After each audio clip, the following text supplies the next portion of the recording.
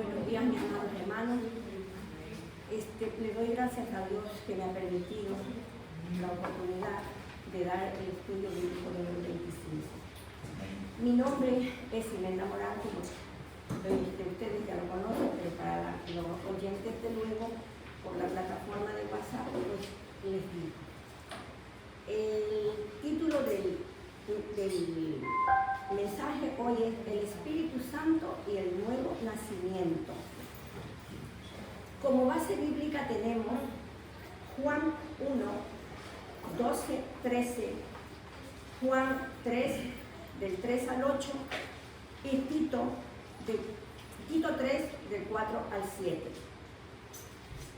Como objetivos tenemos aprender que el Espíritu Santo es quien produce el nuevo nacimiento en nosotros.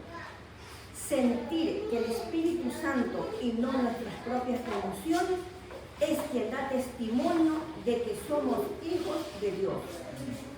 Como tercer objetivo tenemos vivir la nueva vida producida y mantenida por el Espíritu Santo. Como pensamiento central tenemos el nuevo nacimiento es una experiencia sobrenatural que solo el Espíritu Santo de Dios nos puede dar. Como texto áureo, dice así: mas a todos los que le recibieron, a los que creen en su nombre, les dio potestad de ser hechos hijos de Dios. Lo encontramos en Juan 1, 12. La lectura antifonal, si la leemos todos, es la lectura donde está basado todo este estudio, ¿no? Juan 1, 12. Cuando lo tengan, lo leemos, por favor.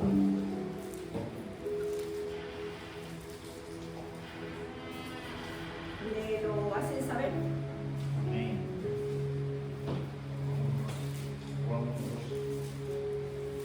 La palabra del Padre, la palabra se lee en el nombre del Padre, del Hijo y del Espíritu Santo. Amén. Juan 1:12 dice así, lo leemos todo. Mas a todos los que le recibieron, a los que creen en su nombre, le dio potestad de ser hechos hijos de Dios. El 13, los cuales no son engendrados de sangre, ni de voluntad de carne, ni de voluntad de varón, sino de Dios. En Juan 3, del 3 al 8.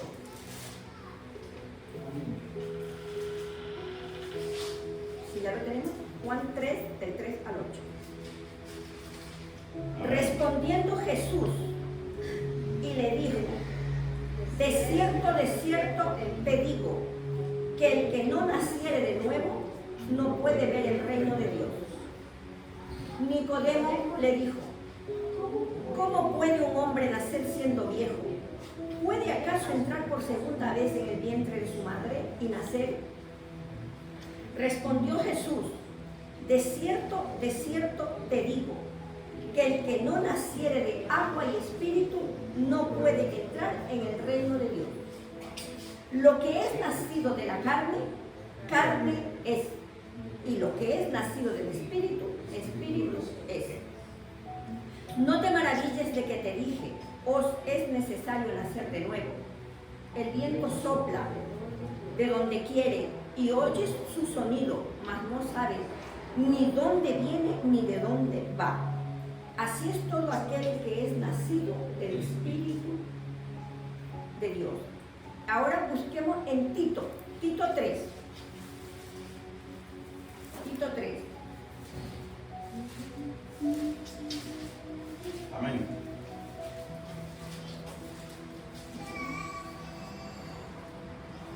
¿Lo tenemos?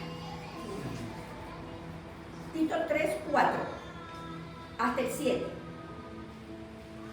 Pero cuando se manifestó la bondad de Dios, nuestro Salvador, y su amor para con los hombres, nos salvó, no por obras de justicia que nosotros hubiéramos hecho, sino por su misericordia, por el lavamiento de la regeneración y por la renovación en el Espíritu Santo, el cual derramó en nosotros abundantemente por Jesucristo nuestro Salvador, para que justificados por su gracia viniésemos a ser herederos conforme a la esperanza de la vida eterna. Como datos generales acerca de este tema tenemos la enseñanza de este estudio. El nuevo nacimiento es el acto divino por medio del cual es implantado en el ser humano el principio de una nueva vida en Cristo, ¿verdad? Que lo capacita para buscar y amar a Dios. Como autor tenemos al apóstol Juan y a su evangelio. También tenemos la carta a Tito escrita por Pablo, ¿verdad? Como personajes, como vimos en la lectura antifonal, tenemos a Jesús, a Nicodemo, y también está considerado los creyentes de todas las naciones. El lugar, pues, en Jerusalén, y la carta a Tito, pues, en la isla de Creta, donde pastoreaba Tito, ¿verdad? El bosquejo de estudio está compuesto por 3 temas, digámoslo así. Cada uno tiene 2 subtemas. Los vamos a ir desarrollando poco a poco. Las lecturas devocionales las hemos leído durante la semana, todos los días un pasaje que hace referencia a este nuevo nacimiento en el Espíritu Santo, ¿verdad? En la introducción, regeneración o nuevo nacimiento es ese acto por medio del cual es implantado en el ser humano el principio de la nueva vida. Por ser una acción divina, el nuevo nacimiento connota un cambio radical en la naturaleza moral. Las intenciones y afectos ya no son controladas por el egoísmo, sino por Dios. La carne como fuerza dominante es reemplazada por el Espíritu Santo de Dios. De tal manera que la persona es capacitada para poner a un lado la inmoralidad, la inmundicia, la lascivia y reemplazarlas por la piedad. La enemistad, el pleito, la ira, el egoísmo, la disensión, la envidia, son puestos a un lado y reemplazados por el amor, por el gozo, por la paz, por la paciencia, por la bondad, mansedumbre. Las borracheras son reemplazadas por el dominio propio, como lo vemos en Gálatas 5, 19 al 24. Ese cambio implica que el nuevo nacimiento es más que una mera disposición a las cosas espirituales. Es una nueva actitud que la persona tiene hacia Dios. Esto es lo importante. No es solo que la persona se distancie del pecado, sino que se acerque más y más a Dios. Esto sabemos que lo podemos conseguir buscando su palabra, ¿verdad? Leyendo la palabra de Dios, leyendo la Biblia. Así nos acercamos a la voluntad del Padre, para que tengamos ese no deseo de pecar y origine en nosotros el deseo de buscar a Dios y hacer su santa voluntad. Todo ello es posible únicamente por medio del Espíritu Santo. En el primer tema, que tiene por título Una nueva realidad, lo vemos en Juan 1, 12 y 13. Aquí les voy a decir unas pequeñas definiciones etimológicas acerca de palabras que se encuentran en este estudio. Como por ejemplo, le dio potestad, que está escrito en el verso 12. Viene del griego edoke exoxian, que exoxian quiere decir potestad. Tiene la connotación de autoridad o derecho. La frase ser hecho que también está en el verso 12, viene del griego genestai. Nótese que Juan habla de ser hechos hijos de Dios y no de ser llamados, como está en Juan. A, ser hijo de Dios. Esto está en el versículo 1, 12 de Juan. La doctrina del nuevo nacimiento se presenta en el Nuevo Testamento de varias maneras. Una de ellas es por medio del uso de la palabra engendrar. Recuerden que somos engendrados, que en griego quiere decir genao. Esta palabra se usa con referencia al nuevo nacimiento espiritual. Con respecto a esta doctrina, entre otras cosas, tenemos lo siguiente. Encontramos, 1, como una experiencia espiritual, el nuevo nacimiento se efectúa por el Espíritu de Dios, a través de la palabra de Dios. A quien lo recibe. Y como resultado de haber nacido de nuevo, la persona no practica el pecado, sino que practica lo que es justo. Lo repito, en el nuevo nacimiento por el Espíritu de Dios, a través de la palabra, lo obtenemos a través de la palabra de Dios, cuando la persona cree en Jesús, que Jesús es el Cristo, y lo recibe como resultado de haber nacido de nuevo. La persona ya no practica el pecado, sino que practica lo que es justo. Además, dice, es capacitada para poder amar a nuestro prójimo. Si, en el nuevo nacimiento nos da esa capacidad de amar y vencer el mal que está en el mundo, ya que es guardado por Cristo y el maligno no le puede tocar. Esto lo podemos encontrar en numerosas citas bíblicas, tanto en Juan 3, 5, 6, 8, tanto en 1 de Juan 5, 1, en Juan 1, 12, 13, que es lo que estamos viendo, en 1 de Juan 3, 9. Así hay algunas citas bíblicas con referente a este tema, ¿no? 2. La importancia escatológica. Esta palabra escatológica tiene varios significados, es muy amplio el significado de esta palabra, pero yo les voy a decir algo muy breve referente a lo que quiere decir esta palabra. Dice, pertenece o concierne a lo posterior a la vida terrenal del hombre y la historia humana. Eso es escatológico. Ya, el 2 era, ¿no? La importancia escatológica del nuevo nacimiento es que a menos que no acontezca en uno no podrá ver el reino de Dios. Además, como un acto divino producido por el Espíritu Santo, es el impartimiento de la nueva vida en que Cristo vino a dar, ya que es una victoria sobre el pecado y la muerte,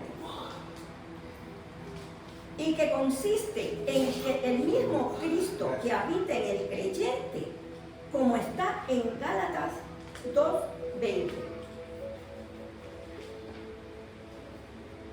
El B, por obra divina, está en Juan 1:13. Nótese que lo más importante o sobresaliente en el verso 13 es que Dios, solamente Él, es el que produce el nuevo nacimiento.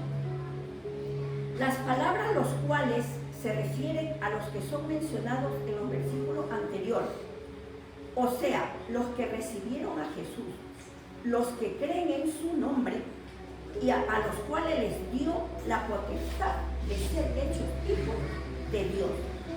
Y lo que sigue a continuación es muy importante, porque esas personas no son engendradas de sangre, como por ejemplo como la que se transmite de padres a hijos. ¿verdad? Ni tampoco el nuevo nacimiento es producto de la voluntad de la carne. Esto es por mero instinto o impulso sexual. Tampoco es por eso, ¿verdad? Ni tampoco por voluntad de varón. Esto quiere decir, como por ejemplo, la adopción. Cuando uno adopta a un niño, pues, y lo hace parte de, o lo integra a su familia, ¿verdad? De los que lo adoptan. Sino que el nuevo nacimiento viene solo de Dios. Esto es, el que recibe a Cristo, el que cree en Él, Dios le da la potestad y derecho de ser hechos hijos de Dios, porque es el mismo Dios el que lo engendra espiritualmente. Como dice el apóstol Juan, la simiente de Dios permanece en él, como está en 1 de Juan 3:9.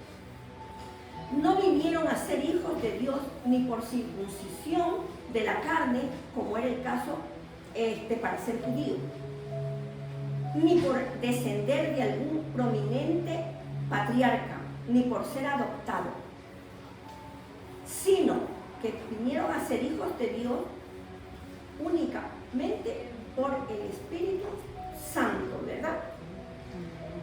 Porque es Él el que da la vida espiritual. El Espíritu Santo es el que da la vida espiritual. Lo que encontramos en Juan 1:12, 13 es confirmado después por lo que dice Juan 3:5, 6. Lo que es nacido de la carne, carne es. Y lo que es nacido del Espíritu, Espíritu es. La carne aquí es la naturaleza humana no redimida, ¿verdad? Propensa a pecar, propensa e inclinada al pecado, con la cual todos los humanos venimos al mundo, ya que es hereditaria. Eso fue lo que enseñó David cuando dijo: he aquí, en maldad he sido formado y en pecado me concibió mi madre, como lo dice en el Salmo 51:5.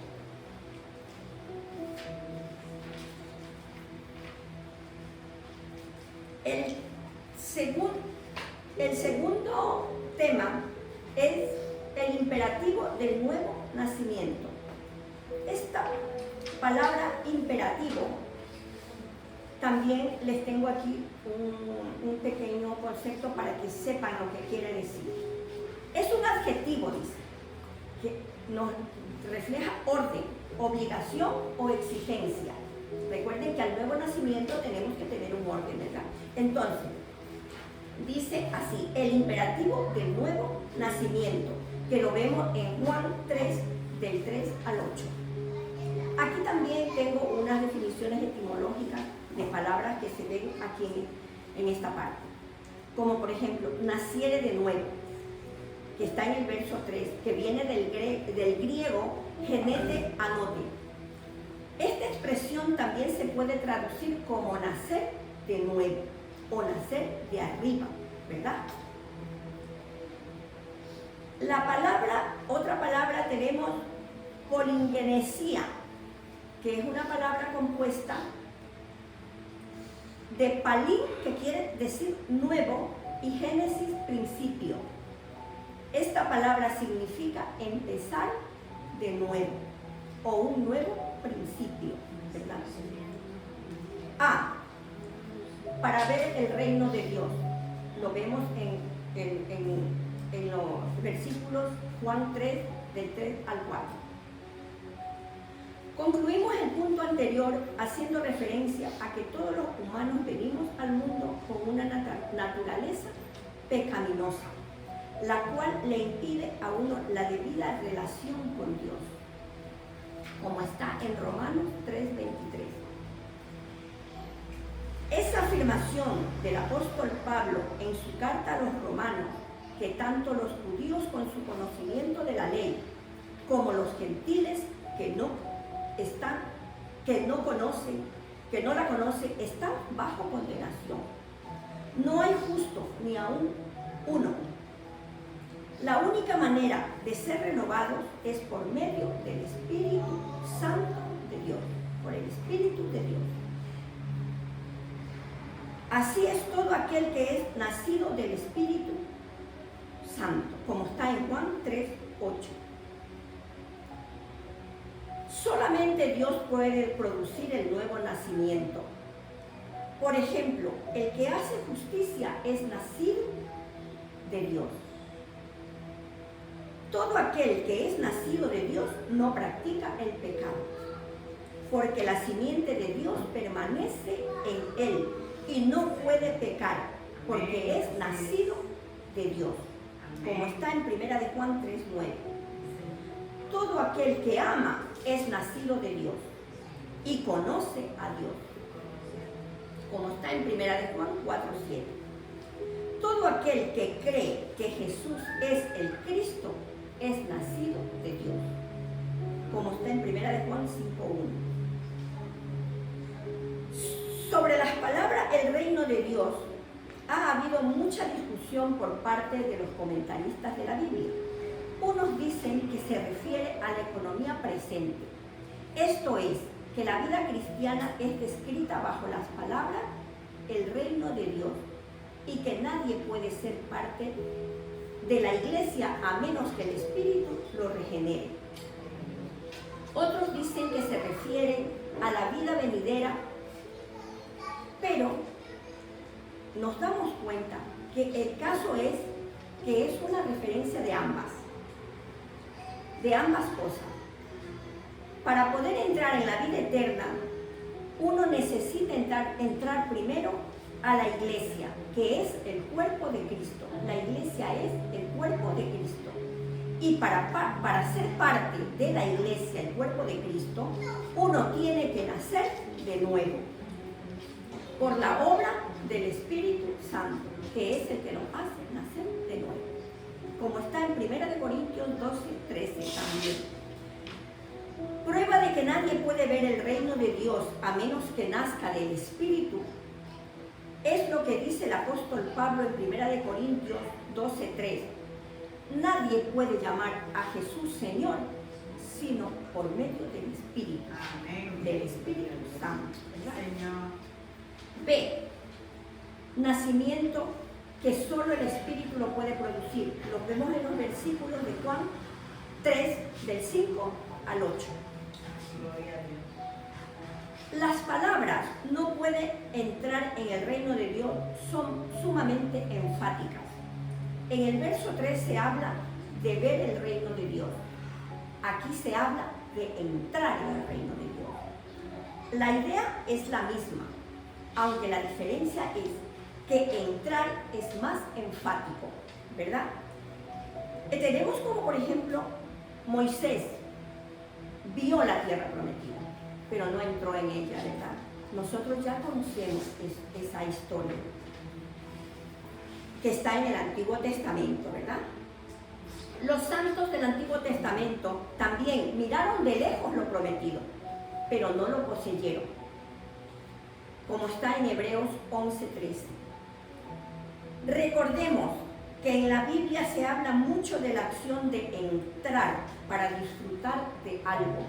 Por ejemplo, Noé entró en el arca para no perecer en el diluvio, ¿verdad? Él sí entró en el arca. Cristo exhortó a entrar por la puerta angosta. También lo hemos oído, lo sabemos, ¿verdad? Como está en Mateo 7, 13, 14.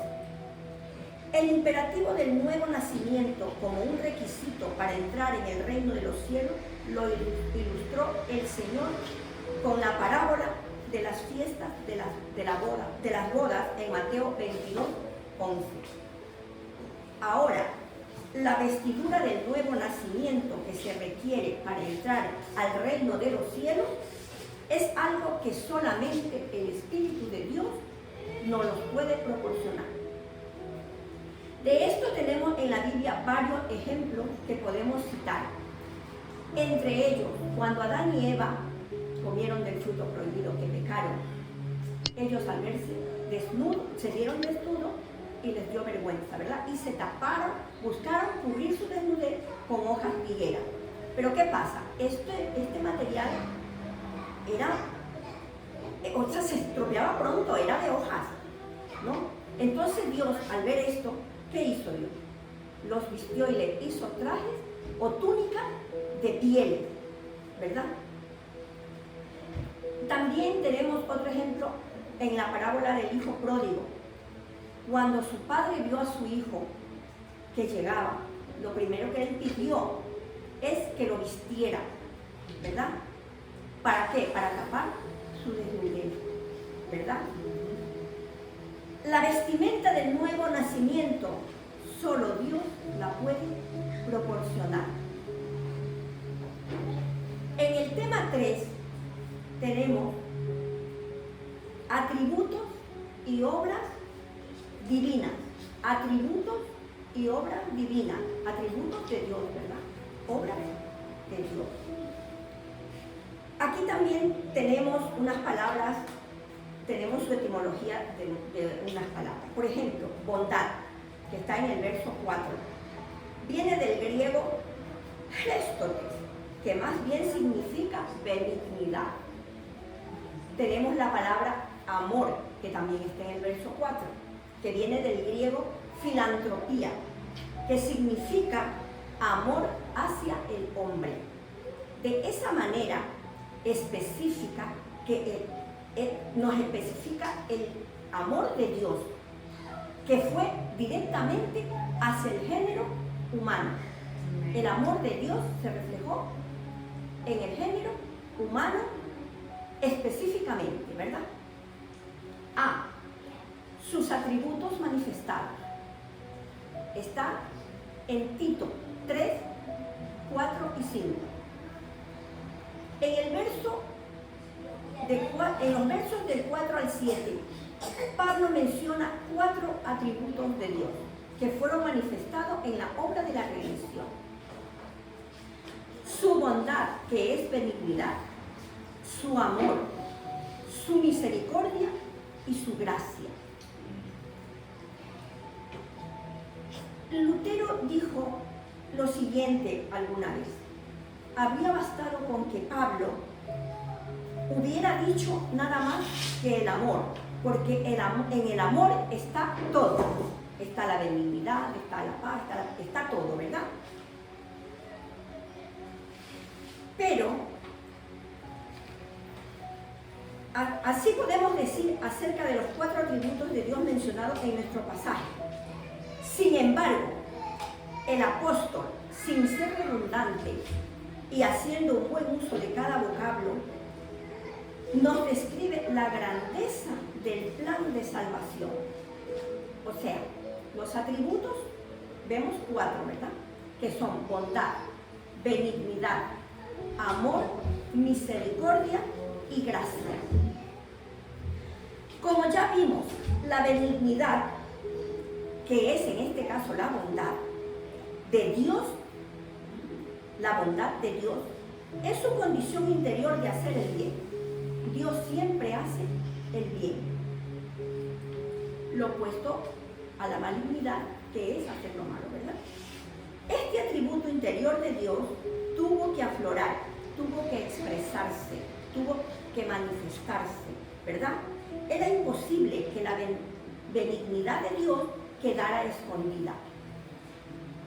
Nadie puede cuestionar la benignidad de Dios, porque en la historia de la redención la prueba fehaciente de ella la encontramos en el Calvario, cuando Dios entregó a su Hijo para que nosotros seamos perdonados y seamos redimidos, para que nosotros, por medio de Jesucristo, obtengamos el perdón de Dios, ¿verdad? ¿Qué más bondad podemos ver? Es lo máximo. Ningún padre humano entrega a su hijo, pero Dios, que es espíritu, que es santo, lo entregó a su hijo para que nosotros seamos redimidos. La misericordia de Dios es su virtud, que lo inclina a compadecerse de la miseria humana.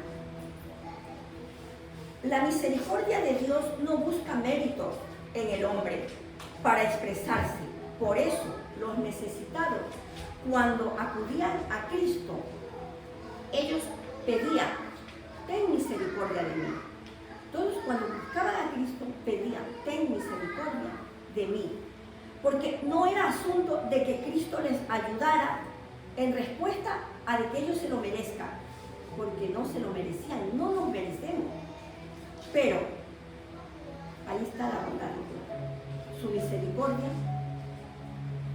Por su misericordia, Dios nos da su gracia, que no es otra cosa que favor inmerecido, porque es por gracia, porque no nos los merecemos, es por la gracia de Dios que nos redime. B. Las obras del Espíritu Santo, como está en Tito 3, del 6 al 7. Las obras que atribuye el apóstol a Dios por medio del Espíritu Santo son: 1. La salvación es una obra de Dios por medio del Espíritu Santo. La salvación. 2. El lavamiento. 3. La regeneración. 4. La renovación. 5. El derramamiento. Y 6. La justificación. Vamos a ver qué nos dice en la salvación. Cuando el apóstol habla de la salvación, generalmente se refiere a que nos salva de la culpa del pecado. También nos salva de las consecuencias del pecado, del poder del pecado y de la condenación eterna. La salvación, pues, aunque parezca redundante, nos salva de la condenación eterna, ¿verdad? El 2, el lavamiento. Tanto en el Antiguo como en el Nuevo Testamento se presenta un lavamiento espiritual, ¿verdad?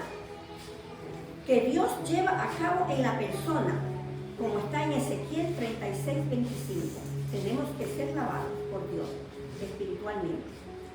En cuanto a la regeneración, esta doctrina era la que tenía en mente el apóstol cuando escribió: de modo que si alguno está en Cristo, nueva criatura es. Las cosas viejas pasaron, he aquí, todas son hechas nuevas, como está en 2 de Corintios 5, 17. En cuanto a la renovación, en el idioma griego, la fuerza de esa palabra está en algo que viene a ser nuevo. La obra de Dios no se presenta como un remiendo, no, lo que Dios regenera, lo que Dios lava, se hace nuevo, como su estado original, ¿verdad? Se hace nuevo. El derramamiento. El Espíritu Santo no solo se presenta como el agente de estas obras divinas, sino también como el que hace morada en el cristiano. Recordemos que el Espíritu Santo hace morada en nosotros, ¿verdad? El Espíritu Santo, que es amor, hace su residencia en el creyente, como está en Romanos 5:5. En cuanto a la justificación no es únicamente el perdón de Dios, sino que incluye el impartimiento de la justicia de Cristo. Qué extraordinaria es la obra de Dios. Todo lo que el apóstol pudo decir en esos 4 versículos que le escribió a Tito, ¿verdad? Tanto las obras como sus atributos son excepcionales para cada cristiano, ¿verdad? Los tenemos que agarrar. Como resumen general, tenemos: es imposible cubrir en una sola lección todo lo que es o que hace la obra del Espíritu Santo en un creyente. La obra del Espíritu Santo es una línea demarcadora que divide en 2 la historia del ser humano. Antes de que el Espíritu Santo intervenga, los vicios, las aberraciones de la carne eran una realidad en el ser humano, ¿verdad? Es una realidad dominante. Pero cuando el Espíritu Santo produce la regeneración, se manifiesta la vida de Dios. Es así como hay dos realidades muy distintas en el individuo. La realidad de su vida en la carne y la realidad de la nueva vida que solamente es posible por medio del Espíritu de Dios. Pues hasta aquí culmina el estudio número 25. Yo les agradezco que me hayan escuchado y con un anhelo de fe fehaciente de que haya llegado el mensaje que Cristo quiere que llegue a nosotros.